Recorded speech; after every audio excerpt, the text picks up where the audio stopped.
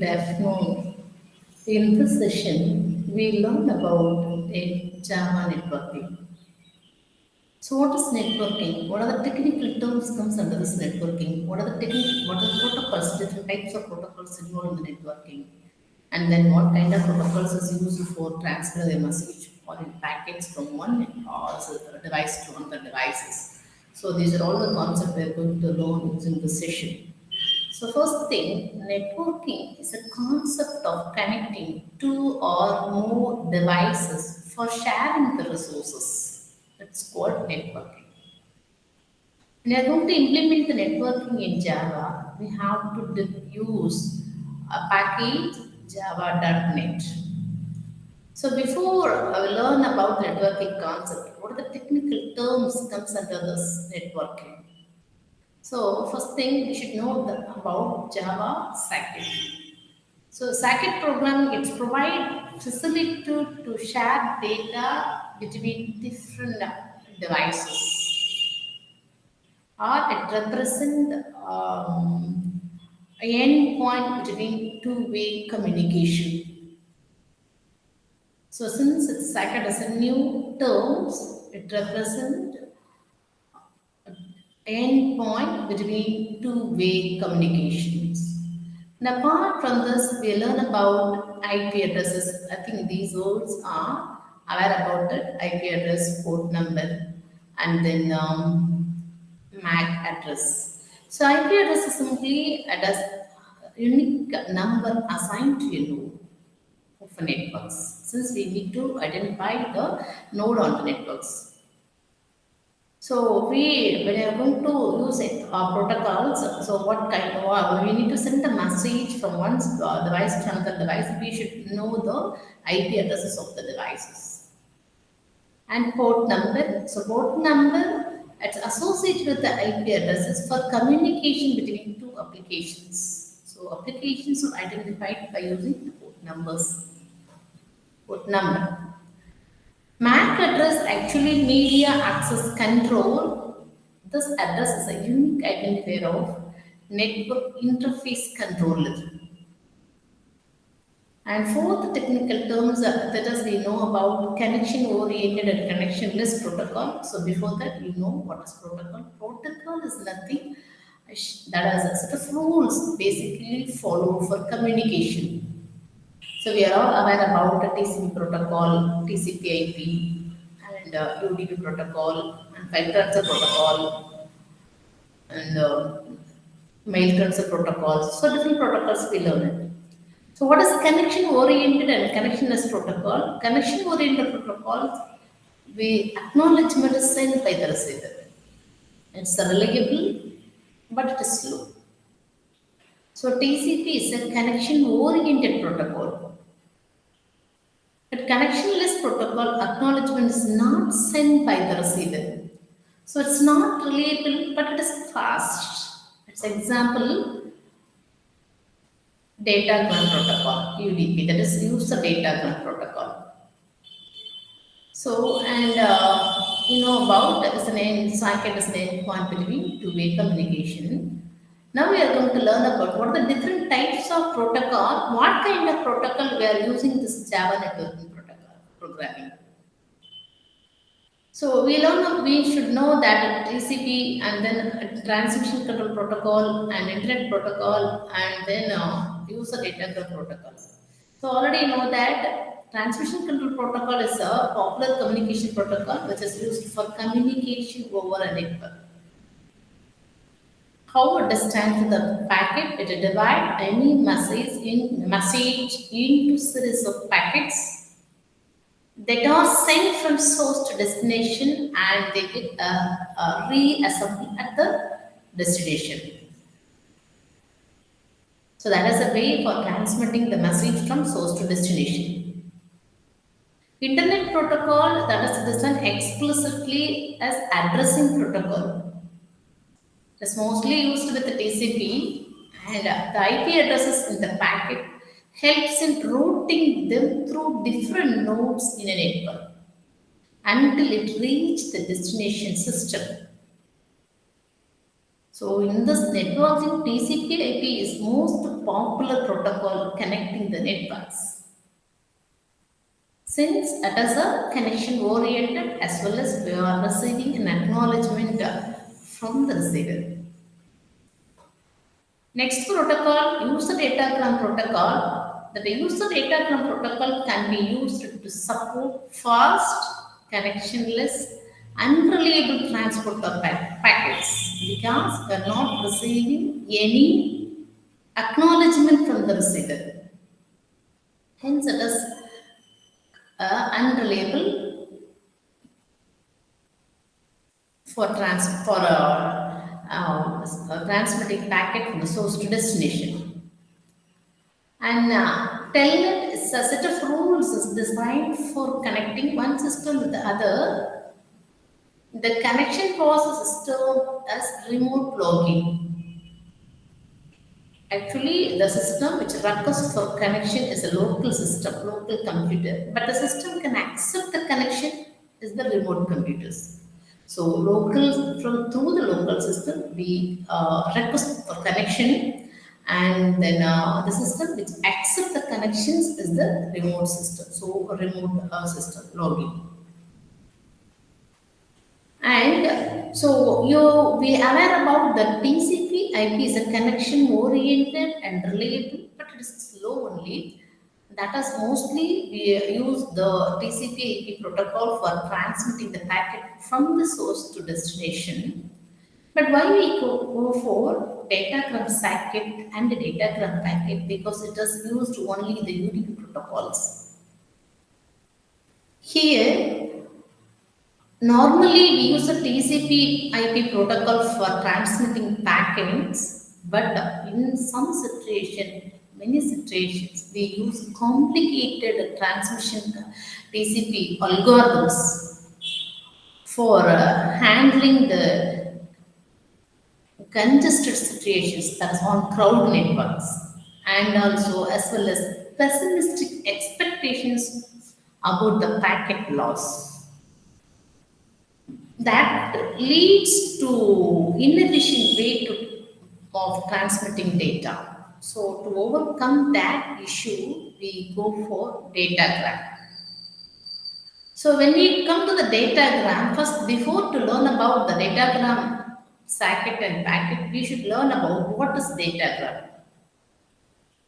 Datagram is a bundle of information sent or received between the machines using UDP protocols. Here we learn two different classes that is called datagram socket and datagram packet. What is the functions of datagram socket and datagram packet? So datagram packet is a message that can be sent or received. So if you send multiple packet, it may arrive in any order.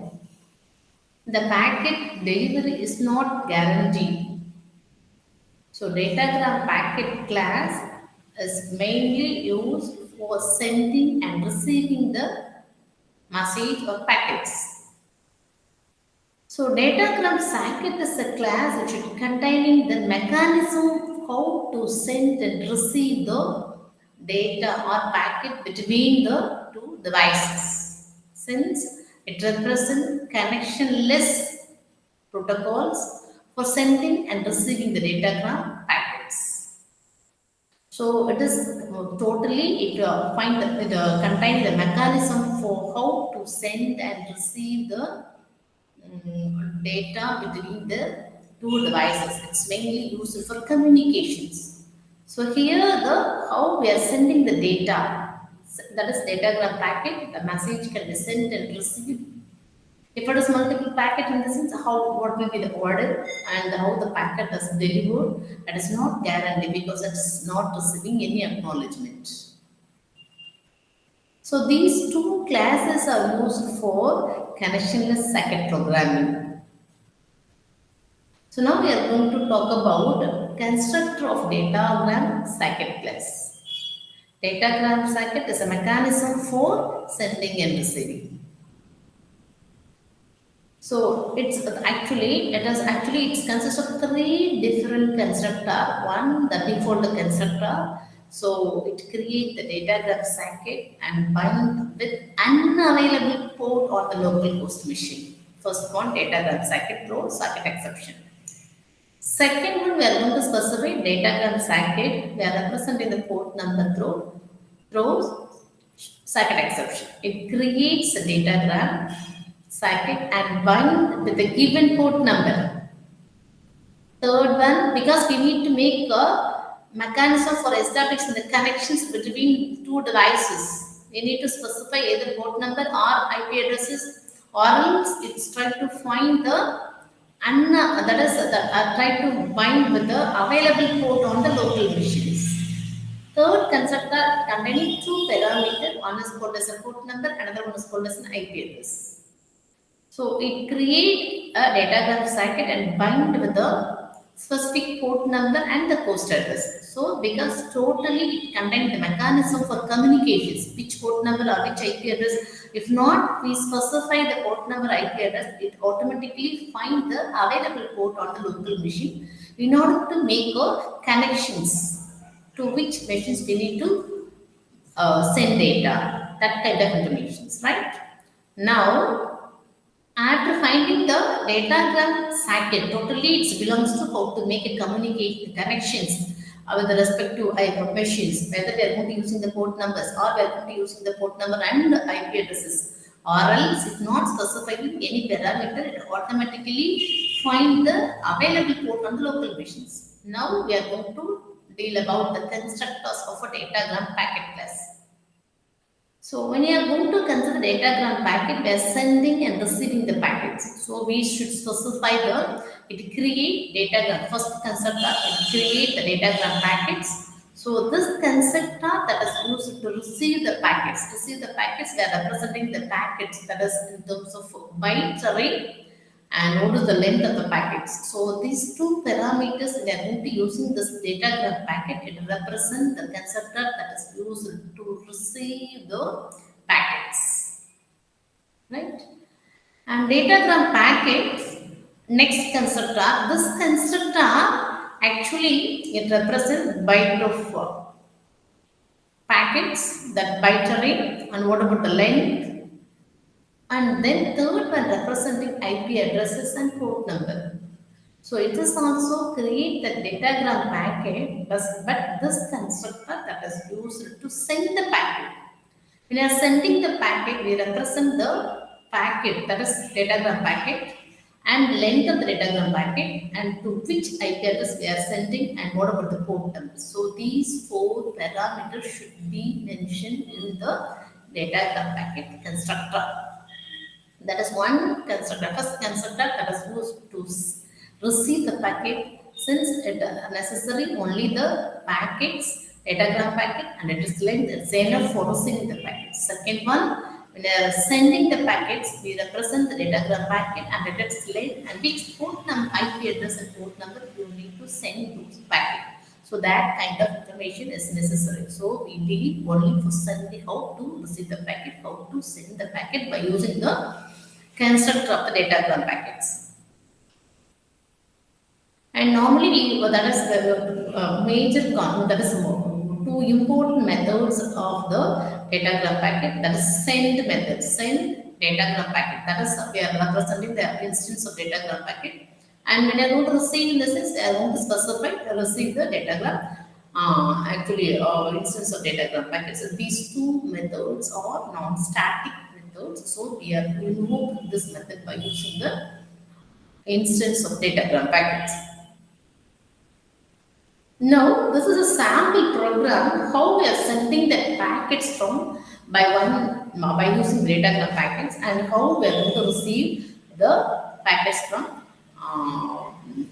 by using the receiving methods. But now we are going to how to send the datagram packets. So first of all, you know that it's the most important. We need to import the package in java.net. Start. So this is a class for sending the datagram packets. So it is being sent, datagram send. And within the main method, so first thing you should create instance for datagram socket. So datagram socket represent the communication between the sending and receiving machines. It's a mechanism for communications. So first thing we need to create the instance for datagram socket. And then what kind of message or we need to send from the source to destination. Second, we are going to create a string. Welcome to Java programming, advanced Java programming.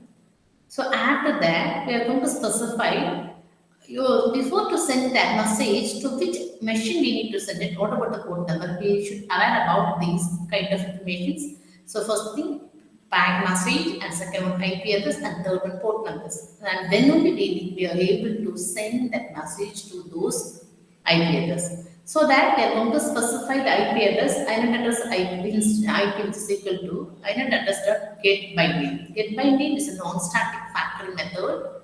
So it is actually we are going to invoke this method using this specific IP address. It return the instance of INET address class. So that it return by IP instance of IP address. So using those IP address, we need that is IP address is needed to send the packet from the local machine to the specific IP address. Now, already we learned about two different constructor. One constructor for a datagram packet. One constructor of the datagram packet is used to send the message. Another one is to receive the message. When you are going to send the datagram packet, you are aware about what about the message, that is string or get byte, and what is the length of the message, that is length, that is string or length, and which IP address we need to send, and then we are representing the port numbers. So these four parameters is a mandatory when you are going to send in the packet. So after creating the instance of datagram packet, that's TB, we are going to use that. Then we are able to send. So already know that send and receive method, two methods are as need available in the datagram socket class. So ds dot send. So ds dot send is a non-static method. It invoked by using instance of datagram socket instance. ds.send. So we are going to send in TP. So already we defined that datagram packet. What is the packet that is represented in terms of byte, and what about the length, and what about the which IP address we need to send, and then respective port numbers. So all are defined by using the that is a datagram instance of datagram packet. Now ds.send dp, and then after sending that packets, now we are going to close the connections. That is, close the socket mechanism. So before that, we need to establish the mechanism for sending the data between the source and destination. After sending that, we need to close that. So this is a program for sending the datagram packet from local machine to particular machines on the networks. Second one, we can go for next one, receiving the datagram packets. How to receive the packet by using datagram socket. So we already know that we need to import the package java.net, and then now we are receive the packets. When we are going to receive the packet, we don't need any other IP address is not necessary. Just we should know the packet, and then we should know the length of the packets. So within the main method, first thing we should create the datagram socket. So datagram socket, this is actually for receiving the data from the particular port number. So then the IP address that should be port number associated with IP address. Hence we need to specify. So datagram socket is equal to new datagram socket. Within that you need to specify the port number. This port number is already from the program sending. We should know that the 3000. This is a port number. Same thing should be mentioned in this receiving also. So because which machines are sending, they are receiving the same packet from the same machines. So after that, we are creating the instance of datagram socket. Now we are going to specify the byte array buffer. So new byte of 1024 is the length of the packets. So now the datagram packet, we are going to create the instance of the datagram packet. This is for receiving the packet. We should specify the packet and followed by length of the packets. So we are representing the buffer. Representing is an array byte array for containing the packet that is received from the respective centers, and then address what about the length. These two parameters enough for receiving the data packets. So now we are going to using ds dot receive. Ds is nothing but instance of datagram packet. So receive, we are receiving the datagram packets, right? So now we are going to, after receiving this packets, now we are going to display the data. So we are using the string class, and then that we are going to use tb dot get data. Get data in the sense what is the data we need to display the data, and then starting index. It's offset represents starting index, and db or dot get length. What is the length of the packets? So everything should be specified by using the string array, string class. So using those string data, we are trying to display the message or packets which is received from the respective IP addresses. Finally, we are going to close the connections. So this is a program for sending and receiving the datagram packet between the source and destinations by using UDP protocols. Thank you.